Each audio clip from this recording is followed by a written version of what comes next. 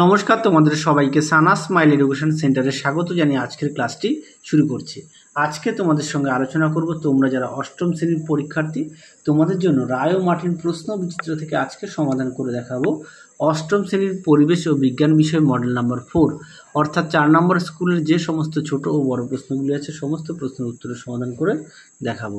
চলো দেরি না করে মূল বিষয়ে যাওয়া যাক। দেখো প্রথম প্রশ্ন কি আছে, এক দাগের প্রদত্ত কোন বলটি না থাকলে আমরা হাঁটতে পারতাম না? উত্তরটা হবে ঘর্ষণ বল, অপশান এ। পরবর্তী প্রশ্ন দেখো 2 দাগের সমতল দর্পণে লম্বভাবে আপতিত আলোক রশ্মির ক্ষেত্রে প্রতিফলন কোণের মান হবে 0 ডিগ্রি, অপশান ডি। 3 দাগের প্রশ্ন দেখো নিউট্রন আবিষ্কার করেন স্যাডউইক, অপশান সি। পরবর্তী দেখো 4 দাগের বিস্ফোরক তৈরিতে কোন অ্যাসিড প্রয়োজন? উত্তরটা হবে নাইট্রিক অ্যাসিড, অপশান এ। 5 দাগ দেখো কার্বনের নিয়তাকার রূপভেদ হলো অপশান এ গ্রাফাইট। পরবর্তী দেখো শূন্যস্থান পূরণ কি আছে, এটা সঠিক উত্তর হবে পটাশিয়াম পাইরোগ্যানেট। পরেরটা দেখো কি আছে, গ্যাস মুখোশ ড্যাশ ব্যবহৃত হয়? উত্তরটা হবে সক্রিয় চারকোল। আচ্ছা, পরে 1 দাগের প্রশ্ন উত্তরটা দেখে নাও। 2 দাগের প্রশ্ন উত্তরটা হবে আলোর বেগের উপর। হ্যাঁ, 3 দাগের প্রশ্ন উত্তরটা দেখো আমি এখানে সংকেত লিখে দিয়েছি। তারপরে দেখো 4 দাগ 4-এর 1-এর প্রশ্ন উত্তরটা হবে দেখে নাও। আচ্ছা, 2 দাগের প্রশ্ন উত্তরটা হবে 5। 3 দাগ কি আছে, মূলক কাকে বলে? দুটি মূলকের সংকেত লেখো। দেখো উত্তরটি দেখে নাও, প্রশ্ন উত্তর মূলক কাকে বলে, আর এখানে দেখো সংকেত দেওয়া আছে। হ্যাঁ, তোমরা একটু দেখে নিও। পরবর্তী প্রশ্ন দেখো কি আছে, 5 দাগ বাম দিকের সঙ্গে ডান দিকের স্তম্ভ মেলাও। দেখে নাও কি আছে, ক্ষারকীয় অক্সাইড হবে 2। আচ্ছা, তারপরে দেখো আম্লিক অক্সাইড হবে CO2। তারপরে দেখো পার অক্সাইড হবে 4। আচ্ছা, তারপর উভয়ধর্মী অক্সাইড হবে 3। পরেরটা দেখো 5 দাগের প্রশ্নটা দেখে নাও কি আছে। প্রথমে একে আছে প্লবতা কাকে বলে? প্লবতা কিসের উপর নির্ভর করে? চাপের এসআই একক কি? চাপের এসআই একক হচ্ছে পাস্কাল। আর প্লবতা কাকে বলে দেখো, দেখে নাও প্রশ্নের উত্তরটি প্লবতা কাকে বলে তোমরা তোমাদের পাঠ্য বই থেকেও পড়ে নিতে পারো। পরবর্তী প্রশ্ন দেখো 2 দাগের অভ্যন্তরীণ পূর্ণ প্রতিফলন কাকে বলে? দেখে নাও প্রশ্নের উত্তরটি তোমরা এখান থেকে এই পর্যন্ত লিখবে। পরবর্তী প্রশ্ন দেখো কি আছে, তারপরে দেখো বায়ুর সাপেক্ষে হীরের সংকট কোণের মান কত? উত্তরটা হবে 42.2 ডিগ্রি। পরবর্তী দেখো কি আছে,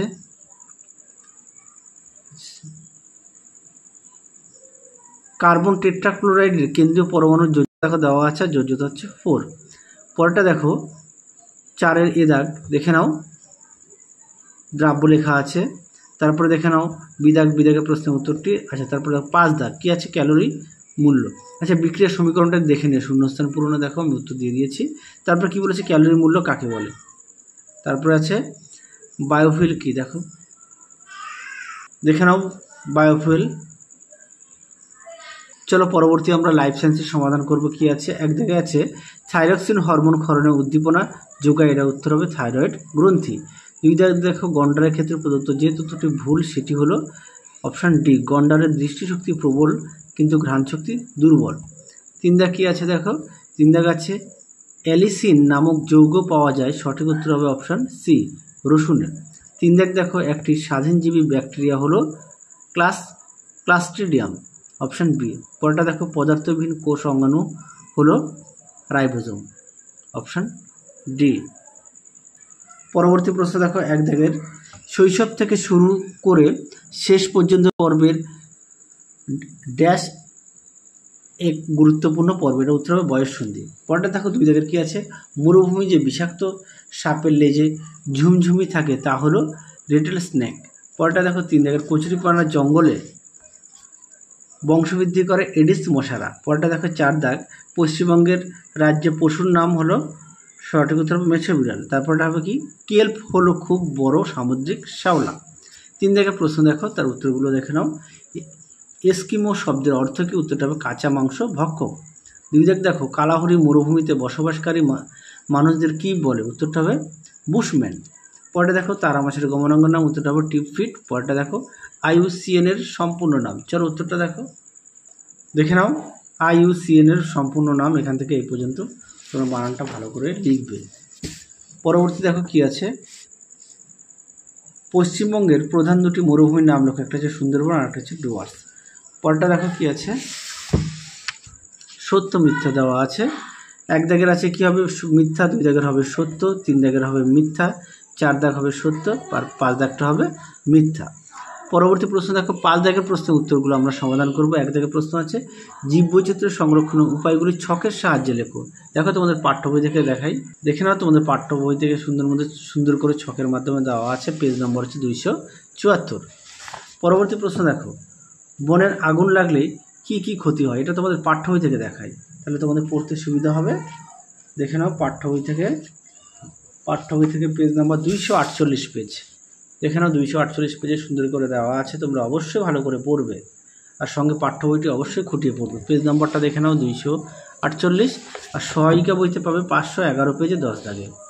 আচ্ছা, পরবর্তী দেখো কি আছে, প্রদত্ত মশলাগুলো উদ্ভিদের কোন কোন অংশ থেকে পাওয়া যায়, লবঙ্গ, দারচিনি আর জায়ফল। দেখো প্রশ্নের উত্তরটি তোমাদের দেখাই, দেখে নাও প্রশ্নের উত্তরটি ছকের মাধ্যম থেকে পেয়ে যাবে। হ্যাঁ, দেখো দারুচিনি হচ্ছে গাছের ছাল, লবঙ্গ হচ্ছে ফুলের কুড়ি বা মুকুল, আর হচ্ছে দেখে নাও। আচ্ছা চলো পরবর্তী প্রশ্ন দেখো, এর মধ্যে থেকে তোমরা পেয়ে যাবে। পরবর্তী প্রশ্ন দেখো কি আছে, আচ্ছা খাদ্যকে ভালো রাখার 3টি উপায় লেখো। এটা তোমরা পাঠ্য বইতে সুন্দর করে দেওয়া আছে, একটু দেখে নিও। 4 দাগ দেখো, মরুভূমিতে বেঁচে থাকার জন্য উটের দেহে কি কি বিশেষত্ব লক্ষ্য করা যায়। দেখো প্রশ্নের উত্তরটি। তোমাদের আগের ভিডিওতে আমরা তোমাদের অষ্টম শ্রেণীর 3য় পর্যায়ক্রমিক মূল্যায়নে ইতিহাস, ভূগোল, বাংলা বিষয় সমাধান করে দেওয়া আছে। তোমরা যারা এখনও দেখোনি আমাদের প্লেলিস্টে পেয়ে যাবে। দেখে নাও প্রশ্ন উত্তরটি তোমরা এর মধ্যে থেকে পেয়ে যাবে, তোমরা বিস্তারিত পড়বে ভালো করে। এছাড়াও তোমরা তোমাদের পাঠ্য বইটি কিন্তু অবশ্যই খুঁটিয়ে পড়বে। চলো পরবর্তী প্রশ্ন দেখো, অর্থাৎ তোমাদের শেষ প্রশ্ন। আর তোমাদের খুব শীঘ্রই ইতিহাস ও ভূগোলের সাজেশান নিয়ে আসতে চলেছি। 2-1 দিনের মধ্যেই তোমরা সাজেশানটি পেয়ে যাবে। 5 দাগের প্রশ্ন দেখো, গলগি বস্তু কি থেকে সৃষ্টি হয়, সমুদ্র দূষণের 2টি কারণ লেখো। দেখো উত্তরটি।